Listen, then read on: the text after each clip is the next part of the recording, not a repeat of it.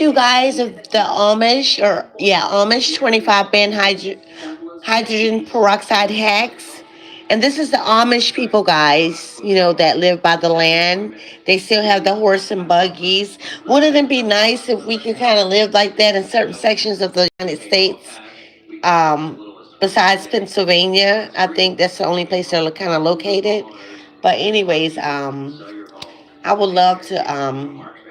That's on my bucket list. I would love to go and visit and stay overnight with them and eat their food and learn some new things. But this, guys, is very, very excited. This is part two. Now, I've already uploaded part one on the video. I'm doing this one in live, okay? So be sure to catch up on part one. And this is part two. And I also have to correct it in the thumbnail. But let's continue because it shows everything, how one bottle compared to 15 different bottles, say the peroxide, right? Which I have 9 bottles already. I keep peroxide at hand because I know what peroxide can do. Instead of me buying toothpaste, which I do, but I get charcoal toothpaste and I use baking soda and peroxide. That's how I brush my teeth. You can choose to use your Crest, all that good products. Before I really got off into it,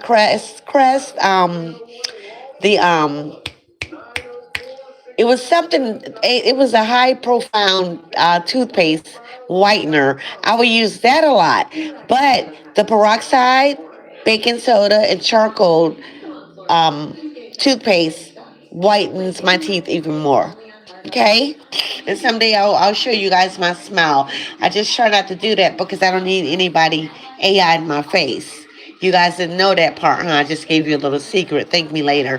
But anyways, yeah, and instead of buying to clean with all the cleaning products, not taking away from any of the smell good, Mr. Clean Lemon Fresh. I love it, but the peroxide and just mix with water and baking soda takes care of your cleaning needs. Probably even better than any other chemical product.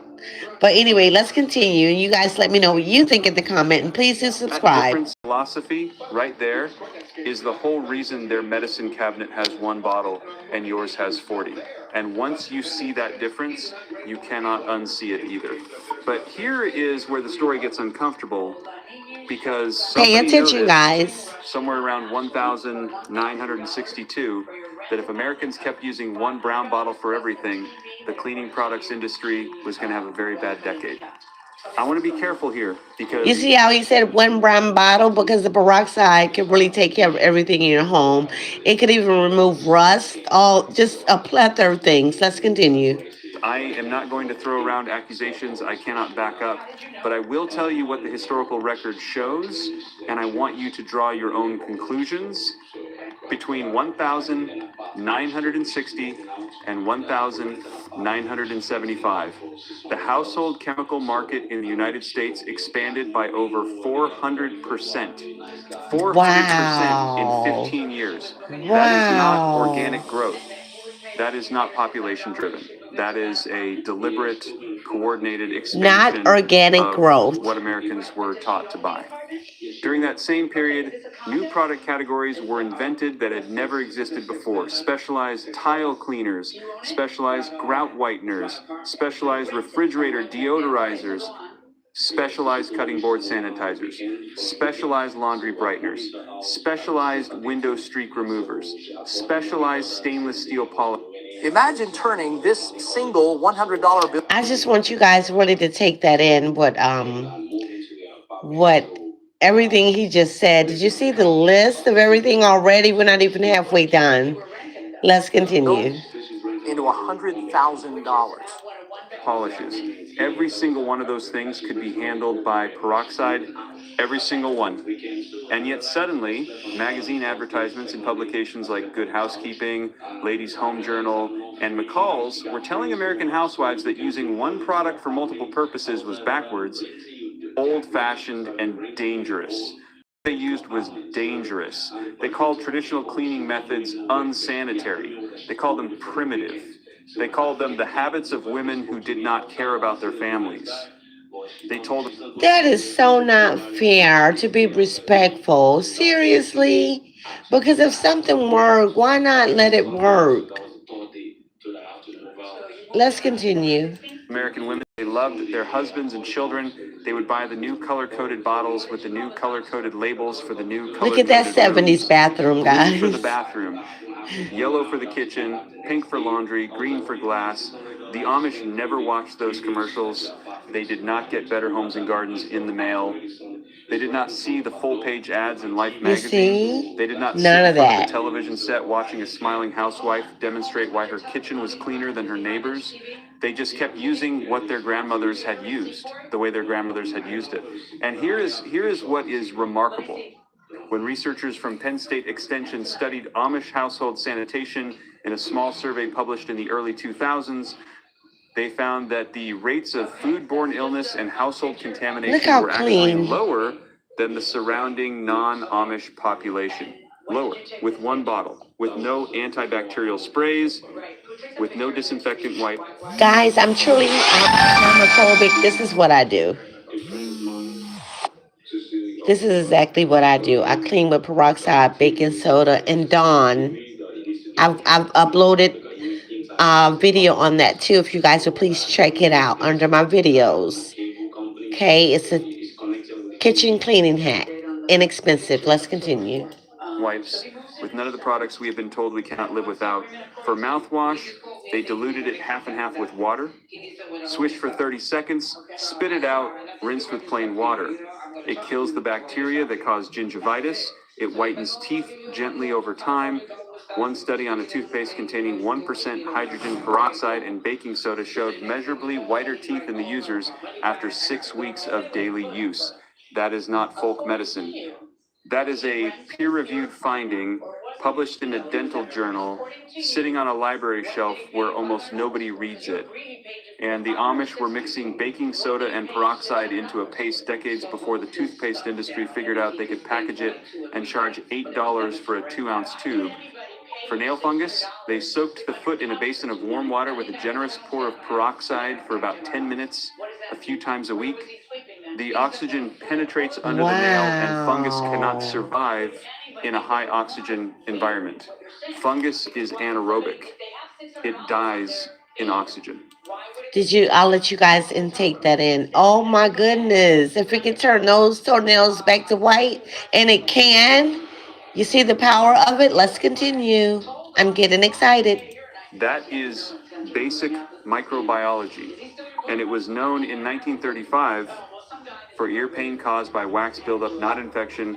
Wax a few drops of peroxide tilted into the ear, left for a minute, then drained onto a towel. The wax softens and breaks loose. Safe, simple. Look at that, and free. guys. And that is only the medicine cabinet. We have not even walked into the kitchen yet. We have not even opened the door to the laundry room.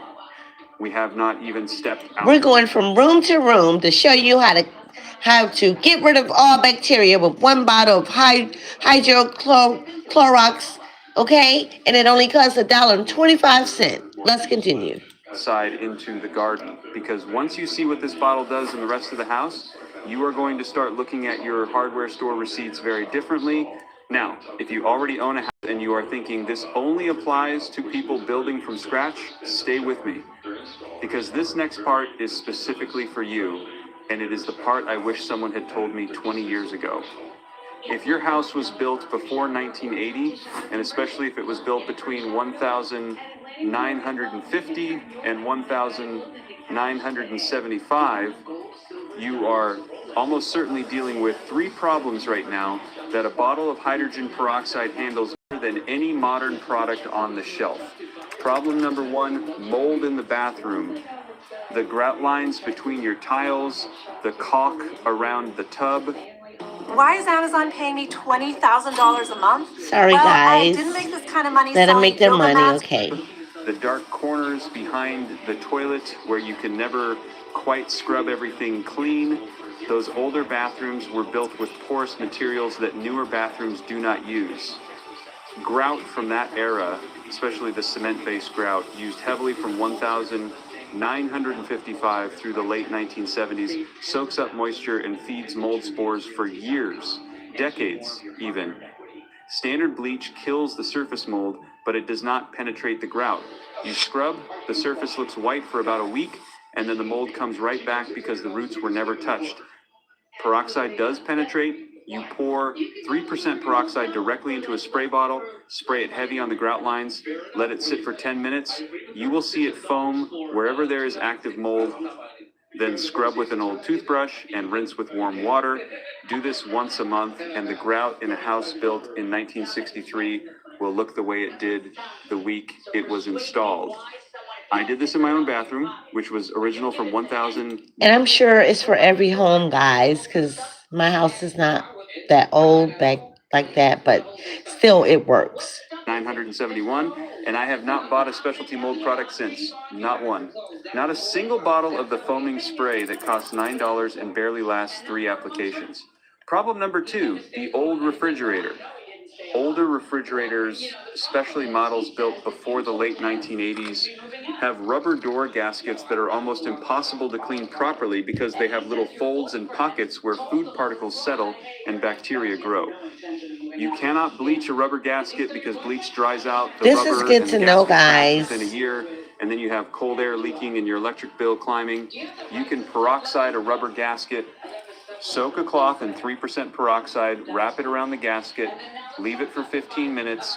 The peroxide kills the bacteria, lifts the buildup, and does not damage the rubber. The same technique works inside the refrigerator on shelves, bins, and door compartments.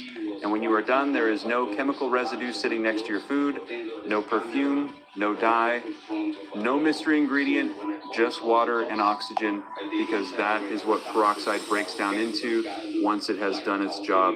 Problem number 3, the old washing machine and the laundry that Wow, has look turned how gray old over that the thing years. is. In houses built before 1980, the plumbing is often older Look galvanized at this pipe that releases rust. trace iron into the Ugh. water. That iron gradually turns white fabrics dull, yellow, or gray. Bleach makes it worse because bleach reacts with iron and It's a creates a yellowish chemical. stain called laundry stain, even on white fabric. Anyone who This has is ever true. bleached a white shirt and watched it come out look. You're so right, because if you overuse the peroxide, it's gonna damage your shirt, plus, meaning eat the material out, and plus it's gonna turn it yellow. Let's continue. Worse than it went in has seen this happen. Peroxide does not react with iron that way. A cup of 3% peroxide added to a hot water wash with regular detergent will brighten whites more than bleach ever did. It will not damage elastic. It will not yellow synthetic fibers. It will not eat holes in your cotton shirts the way bleach does over repeated washings. Told And it is you. safe to pour down old cast iron drain pipes, which bleach slowly corrodes over the years. These 3 techniques alone, in a house built before 1980, will save you somewhere between $200 and $400 Wow, a look year at in that specialty gunk. products, Oh, and they will do a better job in your specific house than the products designed for modern construction. Because the products on the shelves at the hardware store today were formulated for houses built in 2005, not 1965. Your house is older, your pipes are older, your fixtures are older, your cleaning should be older too. Now, one more thing before we move on. The kitchen cutting board. If you still have a wooden cutting board from years ago, and many of you do because you know the plastic ones dull your knives, that wooden board is harboring bacteria deep inside the grain that dish soap cannot reach. No matter how hot the water, no matter how much you scrub, spray it with peroxide after every use, let it bubble, rinse with water, and dry upright. That is the Amish method practiced in Holmes County kitchens for generations going back to at least the 1920s, and it works better than any antibacterial spray sold for that purpose. Better, cheaper. this is so good to know, guys. I've been taking all this in, and I will not forget. Wow. Okay, let's continue, guys. Safer, and food grade when diluted. Now let us walk out the back door, because what is about to come next is where this whole story stops being about Look at the cleaning and starts Aquiline. being about something So much bigger. beautiful. But here is where we need to talk about the garden.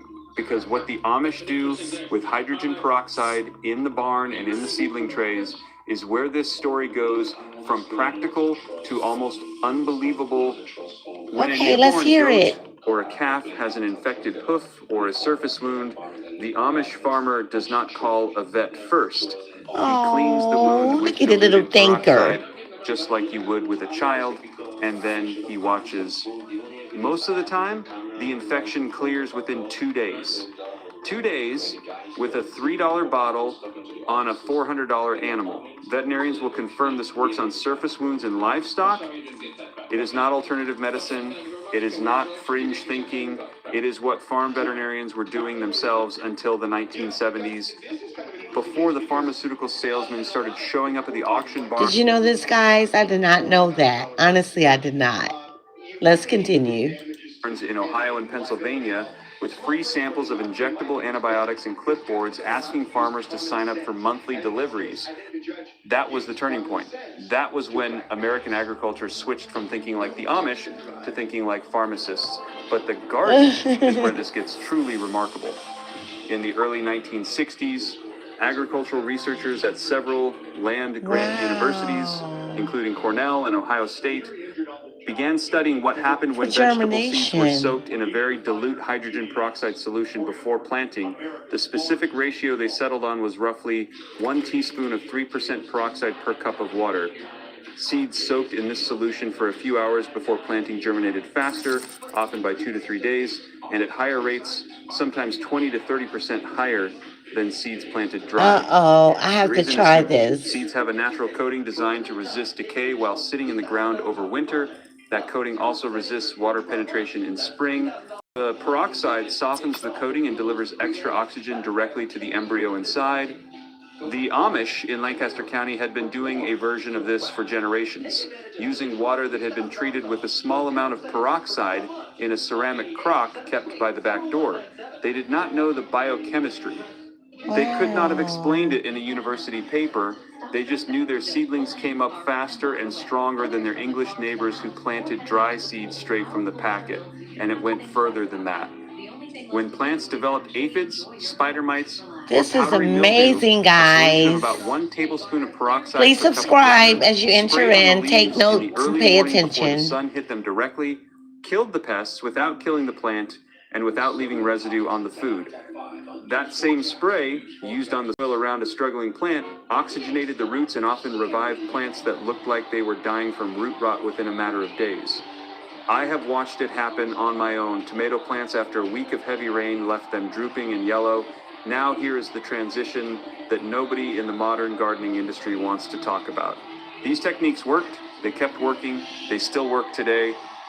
But interesting. 970 and 1,990, every major gardening brand stopped mentioning them in their literature and started selling individual products for each problem. A fungicide product, a pesticide product, a germination booster product, a root health product. Okay, guys, you get the gist of it. Root costs 1 season, 4 modern, meaning 4 different production of whatever you're growing, $60. 1 bottle for $3 for the same effect. Wow.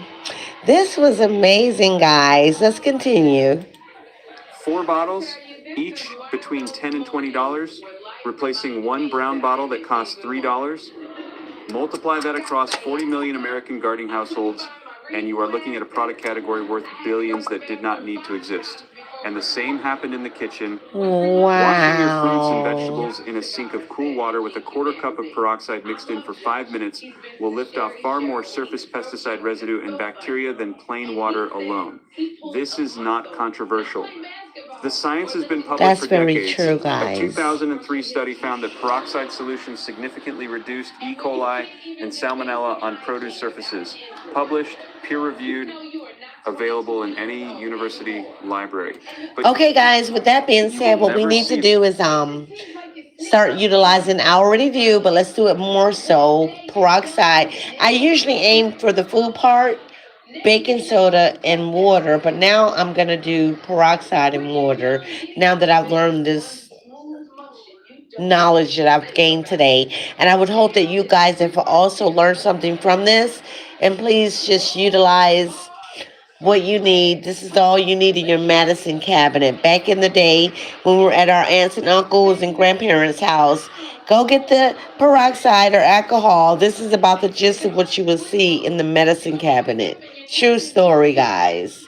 Along with some castor oil and Pepto-Bismol. Okay, guys. Well, I appreciate you once again. And until, have a nice day and subscribe. Thank you.